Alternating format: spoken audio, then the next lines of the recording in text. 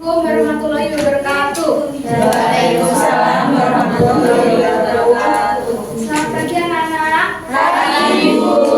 Bagaimana kabarnya hari ini? Alhamdulillah. Sehat semua ya? Puasa.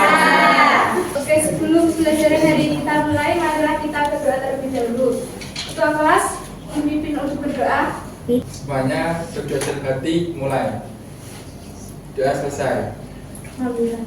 Lanjut, Ibu absen dulu ya Nana. Ya, Bu. Hari ini siapa yang tidak masuk? Kami. Kenapa? Sakit. Sakit. Doakan semoga cepat sembuh ya. Amin. Baiklah Nana, pada pertemuan kali ini saya akan menggunakan sebuah model pembelajaran yaitu time token.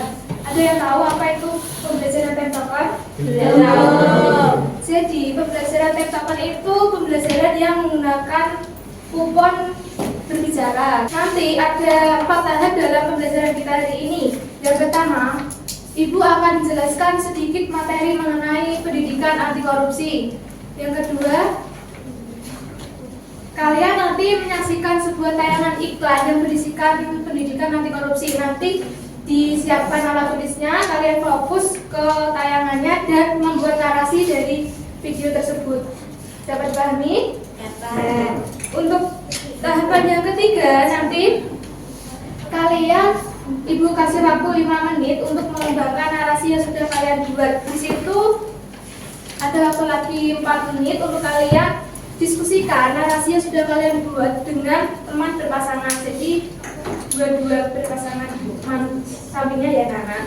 Tahapan yang terakhir nanti Ibu akan membagikan sebuah kupon yang di sini itu berisikan kupon waktu berbicara. Jadi kalian nanti yang berani tampil ke depan untuk menyampaikan narasinya, dia yang akan mendapatkan nilai. Tujuan pembelajaran, peserta didik mampu menjelaskan pengertian korupsi dengan benar. Peserta didik mampu mengidentifikasi kasus-kasus korupsi yang terjadi dalam masyarakat. Peserta didik mampu mengidentifikasi akibat korupsi dari kehidupan masyarakat. Peserta didik mampu menghindari kebiasaan buruk penyebab korupsi. Ada yang tahu apa sih itu pendidikan anti korupsi? Pendidikan anti korupsi itu merupakan gerakan budaya yang bertujuan untuk menanamkan nilai-nilai anti korupsi sejak dini, sistematis dan sadar untuk memperoleh pengetahuan, prinsip, dan keterampilan dalam mencegah korupsi. Korupsi itu merupakan pelanggaran sila yang keberapa Nana? 5. Betul sekali Pembaliana. Ada yang ditanyakan? Oke, lanjut ya. Lalu apa sih itu korupsi sendiri? Pengertiannya itu apa? Korupsi adalah mengambil sesuatu yang bukan haknya untuk menguntungkan diri sendiri. Ya, baik sekali. Korupsi itu artinya adalah jahat, busuk, atau mudah disuap. Undang-Undang Nomor 28 Tahun 1999 tentang penyelenggaraan negara yang bersih dan bebas KKN menjelaskan di dalam pasalnya sebagai berikut.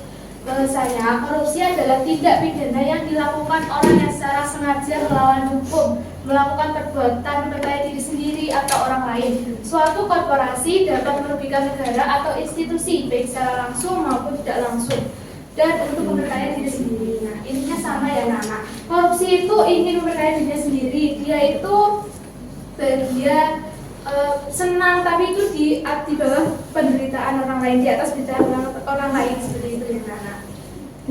Apakah korupsi itu juga hanya soal uang, harta, materi, dan yang menyuap? Tidak. Apa coba? Korupsi waktu juga bisa. Ya, betul sekali. Beri tepuk tangan untuk Diana. Oke, lanjut ya. Dapat dipahami? Ya. Sekarang apa sih itu peran pendidikan anti korupsi bagi siswa? Bagi kalian semua itu apa? Nah ini, pendidikan anti korupsi itu bertujuan untuk menanamkan nilai integritas, kejujuran, dan tanggung jawab dalam diri anak-anak dan remaja agar mereka tidak terjerumus dalam budaya korupsi ketika mereka dewasa. Tetap intinya sama ya Nana. Kalian kalau sudah mendapatkan pendidikan anti korupsi, diharapkannya itu kalau tidak melakukan hal-hal yang tidak diinginkan seperti itu. Oke, sekarang kita akan mulai masuk ke tahap inti pembelajaran kita hari ini, yaitu menyaksikan sebuah tayangan iklan pendidikan anti korupsi. Ayo disiapkan dulu alat tulisnya. Sudah? Siap ya? Fokus, amati, dan pahami, lalu kalian bikin narasi ya anak. Adi,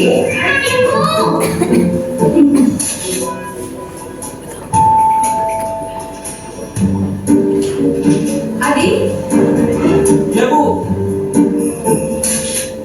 Bisa diatur, udah tahu kan?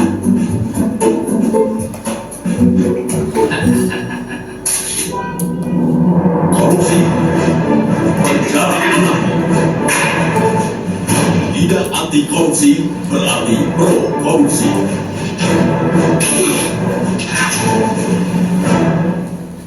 Baik. Sekarang Ibu beri kalian waktu 5 menit untuk mengembangkan narasi yang sudah kalian buat. Yes. Sekarang silakan kalian mencari pasangan untuk mendiskusikan narasi yang sudah kalian buat. Hitungan ketiga harus mendapatkan pasangan masing-masing. 1, 2, 3. Ayo. Sudah? Siap habis.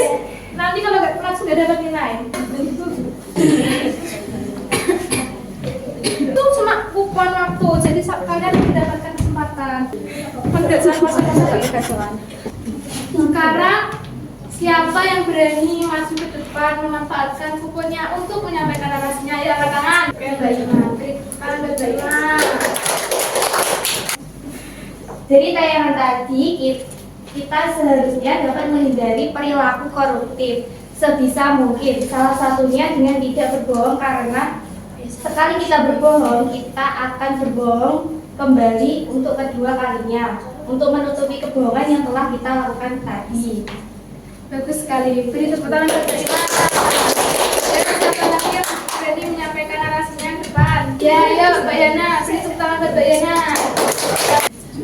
Teman-teman, narasi yang saya tulis adalah mengenai bahwasanya korupsi itu dimulai dari hal-hal kecil. Kalau orang yang pro korupsi itu berarti dia seperti ingin melakukan korupsi, begitu loh. Korupsi itu membawa dampak yang buruk untuk masa depan. Beri tepuk tangan buat Mbak Yana. Oke, jadi itu ya anak-anak. Inti dari pembelajaran hari ini itu janganlah kalian sekali menyampaikan hal kecil, walaupun itu kalian merasa bahwa kecil, tapi kan lama-lama kalian akan membuat kebohongan yang besar. Apakah ada yang ditanyakan? Cukup. Dapat dipahami ya? Baiklah, karena kita sudah melalui tahap pembelajaran dan tadi Mbak Yana itu yang terakhir untuk menyampaikan narasinya. Buat kalian yang belum berkesempatan menyampaikan narasinya, jangan khawatir, dapat kita lanjut di pertemuan berikutnya. Cukup sekian pertemuan kita hari ini. Semoga ilmu yang Ibu berikan bermanfaat. Kita semangat, jangan bosan untuk menjadi orang baik. Terima kasih, Ibu akhiri. Assalamualaikum warahmatullahi wabarakatuh.